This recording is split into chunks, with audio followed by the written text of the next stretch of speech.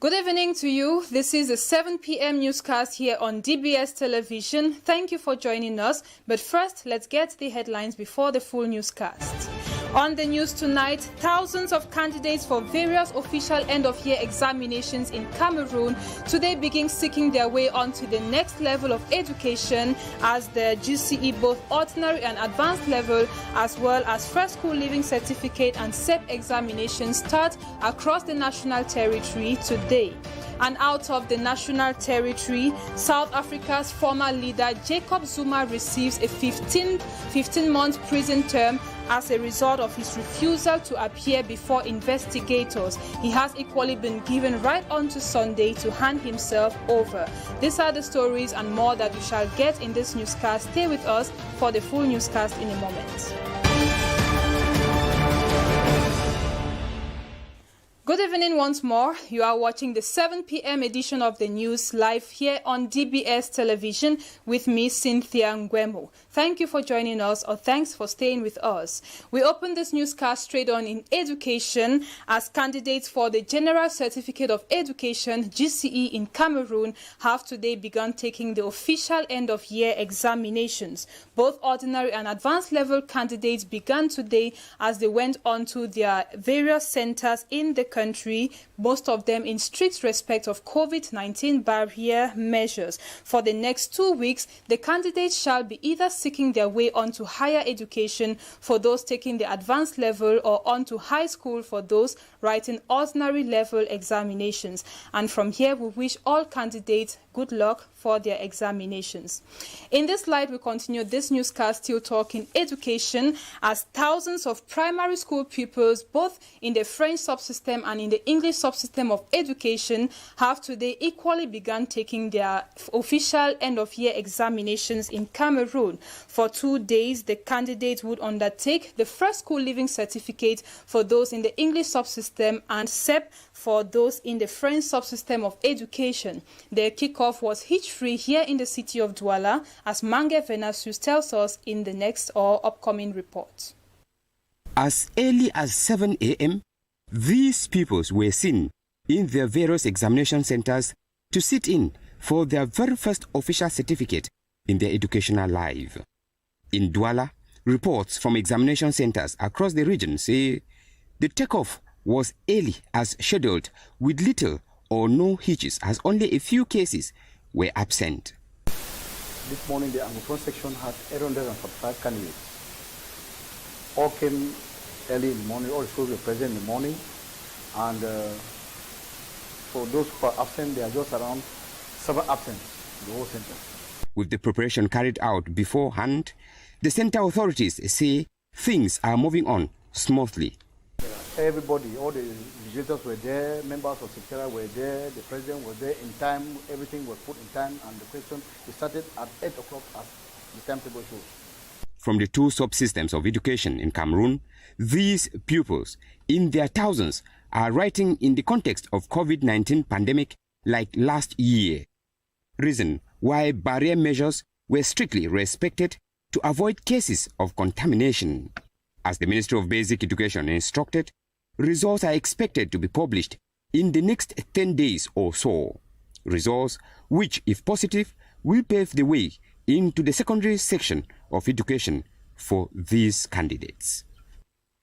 We all know that official examinations, that is end-of-year official examinations, mark an end to the academic year. And in this light, the 2020-2021 academic year has come to an end in Cameroon, this for both students and pupils across the national territory. In the town of Kribi recently, a good number of excellence awards have been organized in several schools in the city, where many students who were judged outstanding in their performance have been awarded several prizes. Ekokobe Remy Carol has details. The 2020-2021 academic year has successfully come to an end in Kribi, despite the presence of the COVID-19 pandemic. In order to officially close the school year, an award ceremony was held at the Adventist Bilingual High School, where outstanding students were awarded prizes in the presence of their parents. For those who have not received this time, next time they'll be able to receive. That God will continue to bless him and make him to be successful whenever he lay his hands on. I promise I will work harder so that I receive again the next time. The importance of such an initiative is to award the students who have been able to distinguish themselves.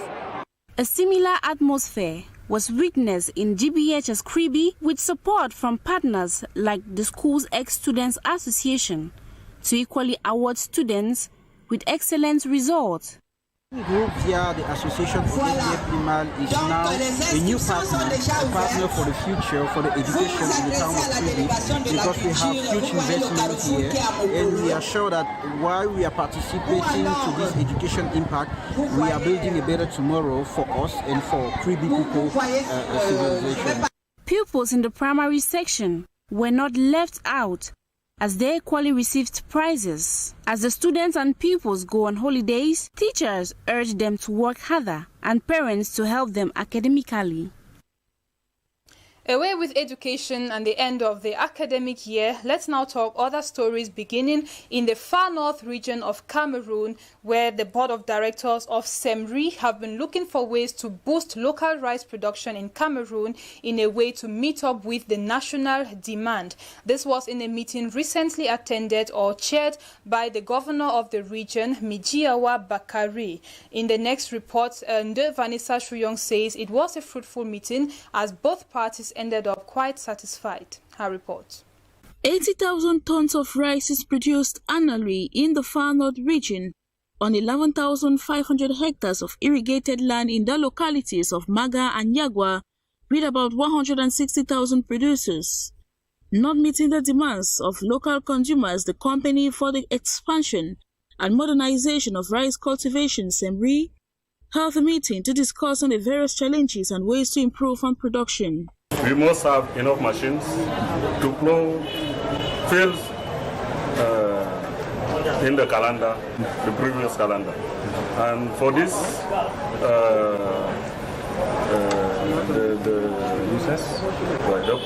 for the process, they must pay the redevance in the determined time.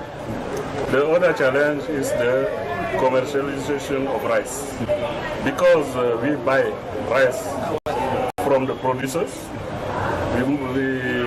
we don't have enough money for this. And after transformation of the paddy, we must sell him on board of issues, because we are not distributors. He added that in order for the rice from this local agro-industrial unit to reach consumers across the national territory, it will be necessary to improve on transport facilities, which mainly explains the absence despite its natural sweet flavor. We call on distributors to come and distribute the rice of SEMRI, because this rice is the best on our country, even on the test or on the stick. On the agenda, the SEMRI management team also submitted a report on its current budget as well as future projects. Governor Mijiawa Bakari appreciated the quality of work done so far. General have done a well job. If it's still, and the Ministry of Agriculture also is accompanying this company by hanging tractors and cash money to help to buy paddy and so forth and so on. Meantime, Cameroon is still importing rice to fill its deficit.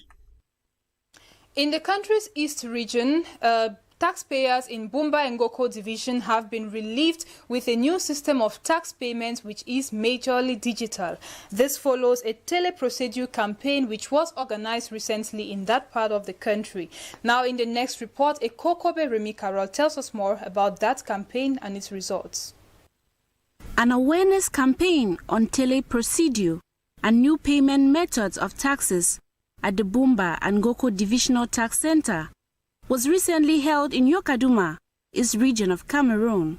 It was the right set of circumstances for the head of the Taxation Center, Sylvain Monchigang, to explain and give merits of reforms by the general management of taxes for the modernization of the tax administration in Cameroon.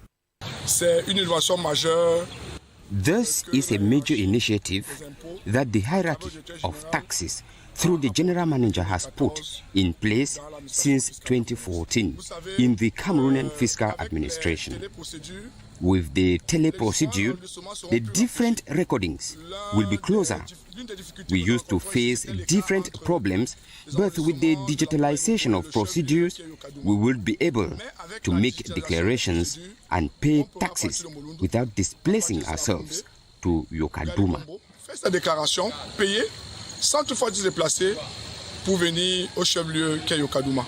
At the end of the campaign, taxpayers in Bumba and Goko accorded that the declaration and payment of taxes online will bring added values to their economic activities. They were contented with the initiative. The campaign was chaired by the SDO of the division, Valerie Nobel Kwela, who asked the taxpayers under his administrative unit to better absorb this new procedure for the smooth running of activities. That leads us on to international news stories with which we shall round up this edition of the newscast. Let's begin in South Africa, where, as you may have gotten on our headlines, the former president Jacob Zuma has today been sentenced to a 15-year jail term by a high court in the country, reason being his refusal to show up before investigators who are looking into a corruption affair involving him. While in Ethiopia, the government has declared an immediate ceasefire in the conflict-hit region of Tigray, which is currently, or whose capital, Mekelle, is currently occupied by rebel forces. Let's get more of this in the following with Rogea Tububa.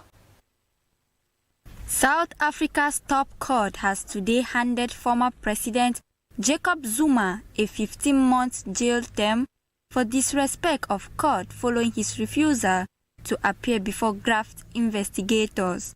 79-year-old Zuma is accused of enabling the plunder of state coffers during his nearly 9-year stay in office. Under enormous pressure, Zuma set up the inquiry shortly before he was ousted. In July 2019, he testified only once before walking out of court and accusing the chair of the commission of being biased against him. Zuma is separately facing 16 charges of fraud, graft, and racketeering relating to a 1999 purchase of fighter jets. He is also accused of accepting bribes, totally 4 million rand, from Thales, one of the French defense giant firm. Over in Ethiopia, the government has declared an immediate unilateral ceasefire in its Tigray region after nearly 8 months of deadly conflict as Tigray fighters occupy the regional capital. The statement came shortly after the Tigray interim administration fled the capital and called for a ceasefire on humanitarian grounds so that desperately needed aid can be delivered. As declared by the United Nations Secretary General, he has spoken to Ethiopian Prime Minister Abiy Ahmed and was hopeful that an effective end of hostilities will take place. Abiy ordered a ground-air military operation in Tigray in early November 2020, accusing the Tigray People's Liberation Front of arranging attacks on federal army camps. International pressure on Ethiopia spiked again last week after a military airstrike on a busy market killed more than 60 people. Amid the upheaval, the United Nations Children's Agency declared Ethiopian soldiers entered its office in the capital, Mekelle, and dismantled satellite communications equipment. An act is said violated the world body's immunity. The United Nations has called for an emergency meeting of the United Nations Security Council to discuss the situation in the country. That story on the ceasefire in Tigray, which is a region in Ethiopia, brings us to the end of today's edition of the news here on DBS Television with me, Cynthia Ngwemo. See you tomorrow for a brand new edition. Good night.